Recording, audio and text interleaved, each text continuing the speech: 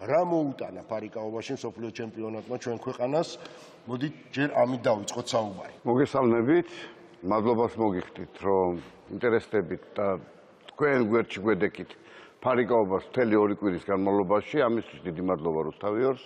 ფარიკაობის მსოფლიო ჩემპიონატი იყო ჩემი ოცნება, დიდი ოცნება, რომ საქართველოში ჩატარებული იყო, იმიტომ ვაკვირდებოდი დინამიკას, სატარდებოდა რა ქვეყნებში ტარდებოდა მსოფლიო ჩემპიონატი, ძალიან დიდი ღონისძიებაა, რომელსაც დიდი ქვეყნები უძღვებიან და სულ თუ გადავხედავთ ისტორიებს, ყველა დიდად და განვითარებული და ეკონომიურად ძლიერი ქვეყნები ატარებენ მსოფლიო ჩემპიონატს. მე კანდიდატურა რომ დავაყენეთ, ცოტა მქონდა შიში, რომ ვერ მოვიგებდი. იმიტომ რომ კონკურენტები იყვნენ ჩინეთი, კანადა, ესტონეთი, ბევრი ევროპული ქვეყანა იყო. რომელსაც სრული გამართული ინფრასტრუქტურა უკვე ძახდა.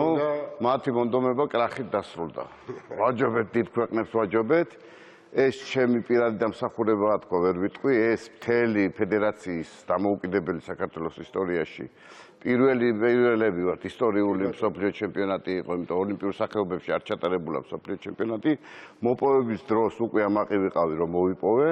ეს ძალიან რთული იყო. ეხლა ესე მოსაყოლად ადვილია, მაგრამ ძალიან რთული გზები გავიარეთ, მოვიპოვეთ.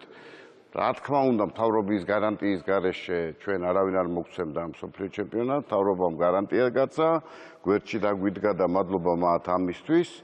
ქვეყანას მოუტანა პოპულარობა პირველ რიგში ვიტყოდი ამას, რომ მთელი მსოფლიო, საქართველოს თბილისი 2 კვირის განმავლობაში მთელი მსოფლიოს ყურადღების 2500-ზე მეტი სტუმარი გვესტუმრა. 19 სასტუმრო ოკუპირებული ქონდათ ამ უცხოელებს და ყველა კმაყოფილი დარჩა და მე ბედნიერი ვარ. და აქ ყველაზე დიდი ბედნიერება იყო ის, რაც ჩვენ თითოეულმა ჩვენგანმა განვიცადეთ, მაგრამ მე რაც ამაზე ოდნავ მოგვიანებით ვკითხავ, იქამდე კი აუცილებლად მინდა შემოგთავაზოთ სიუჟეტი იმის ამსახველი, თუ რა, როგორ და რანაირად განვითარდა თავიდან ბოლომდე, როგორ მოიგო სანდრო ბაზაძემ მსოფლიო ჩემპიონატზე უმაღლესი სინჯის მედალი.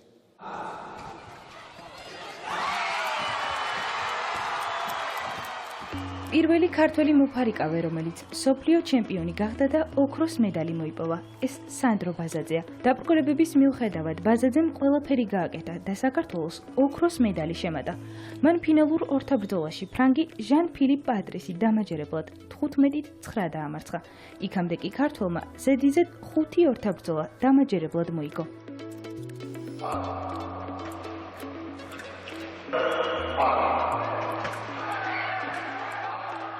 ბევრი დაბრკოლება შემხვდა ჩემი კარიერის მანძილზე, მაგრამ არასდროს არ უნდა დავნებდეთ. უნდა ვიბრძოლოთ გულში რაც გვაქვს. არასდროს არ უნდა ჩავაქროთ, ასაკი არის მხოლოდ ციფრები და ჩემ თავს ულოცავ და საქართველოს ულოცავ ამ გამარჯვებას. იმიტომ რომ ეს ჩემი თავის გამარჯვება არა, ესა თითოეული ადამიანის გამარჯვება, ვინც აქ იყო. სანდრომ გასაოცარი სანახაობა მოაწყო, მან იმპოვა ძალა, არ დანებდა და ყველაფერი ძალიან ღირსეულად დაასრულა. ჩვენი შრომა არ ყოფილა ამაო, ყველაფერი ისე წარიმართა, როგორც ვგეგმავდით. სანდრომ მოიპოვა მედალი და დაამტკიცა, რომ არც ერთი დაბრკოლება არ არის გადაულახავი. ძალიან კმაყოფილი ვარ, ჩვენ ნამდვილად საუკეთესოები ვართ. ეს მედალი არ არის მხოლოდ მისი პერსონალური გამარჯვება. ეს გამარჯვება მთელი საქართველოსია. ეს ყოველდღიური შრომის, რწმენის და საქმისადმი ერთგულების შედეგია. მერვედ ფინალში ჩატარებული ორთაბრძოლა სანდრო ბაზაძისთვის ფინალის ტოლფასი იყო, რადგან ბილიკზე მისი მეტოქე მუჰამედ ამერი გამოდიოდა, ვისთანაც ქართველმა მოფარიკავემ პარიზის ოლიმპიურ თამაშებზე მარცხი განიცადა. ბაზაძემ რევანში აიღო და ეგვიპტელი 15-11 დაამარცხა. ქართულმა მოფარიკავემ წარმატებით დაძლია მეოთხედფინალური ეტაპი და ნახევარფინალში აჰმედ შეჰამის დაუპირისპირდა, რომელიც ასევე 15-10 დაამარცხა. ქართულმა მოფარიკავემ მსოფლიო ჩემპიონობამდე დიდი და რთული გზა გაიარა. იყო იმედგაცრუებები, იყო ალბათობა იმისა, რომ ბაზაძეს კარიერაც ნაადრევად დაესრულებინა. თუმცა იყო რიგი მნიშვნელოვანი გარემოებები, რომელმაც ბაზაძე პლანეტის უძლიერესის წოდებამდე მიიყვანა. თავარი როლი კი მისმა ოჯახმა ითამაშა.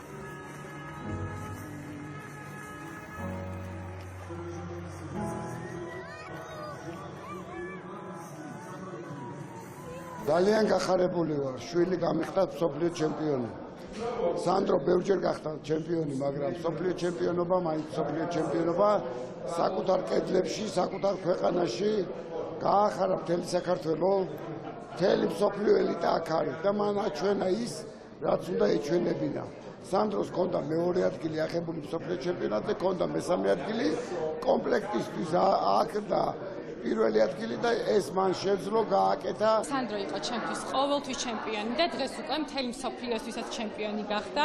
ემოციური დღე იყო ძალიან, იმიტომ რომ ამ ყველაფრის უკან სანდროს უდიდესი შრომა, უდიდესი სირთულეები დგას და მადლობა უფალს, რომ ეს ყველაფერი ოქროს მედლით დაგვირგვინდა და სანდრო დღეს მსოფლიო ჩემპიონია. ეს მართლა წარმოუდგენელი ემოცია იყო და იყო გვირგვინი მთლიანად იმ მსოფლიო ჩემპიონატის, რომელსაც უმასპინძლა თბილისმა, რომლის მასპინძლობაშიც ძალიან დიდი შრომა ჩაიდო და სანდრო ბაზაძემ ეს შრომა დაუფასა აბსოლუტურად ყველას. მე რა, აი დღეს უკვე არის დრო გასული, როდესაც უყურებ ამ კადრებს, როდესაც აფასებთ ალბათ სახში შენ და სანდრო თქვენი ოჯახის წევრები, რა გზნობა გეუფლება და რა ემოცია. იქ მაინც რაღაცა ეიფორიული დატვირთვა აქვს, ხო, როდესაც თქვენი ვაჟი მაგალითად იგებს ოქროს მედალს, მაგრამ ახლა შეიძლება აბსოლუტურად სხვანაირად სხვა ემოცია გეუფლება. მე რა თქმა უნდა, ამაყი ვარ, სანდრო უძლიერესი სპორტსმენია, მან ერთხელ დაამტკიცა მსოფლიო ასპარეზზე. 5 წელი სანდრო არ ჩამოსულა, არ ვიცი მე, ამდენი მედალი მსოფლიოში არც ერთ მოფარი გამოვიკვლიე, არც ერთ მოფარიკავეს არ აქვს დღევანდელს და წარსულს და აწმოს და მომავალშიც. მე არ ვიცი ეს ბიჭი საიდან პოულობს ამდენ ძალებს, მიუხედავად იმისა, რომ ორი ოლიმპიურ თამაშებზე ოქროს მედალი გადმოხსნენ. სანდრო ორგზის ოლიმპიური ჩემპიონია. დღეს მე და მთავარი მსმენელი საუბრობდით იმაზე, რომ აი ნებისმიერი ექსპერტი, ვინც არ უნდა ამას ვერ მოვინელებ მთელი ცხოვრება და უნდა ვთქვა რა.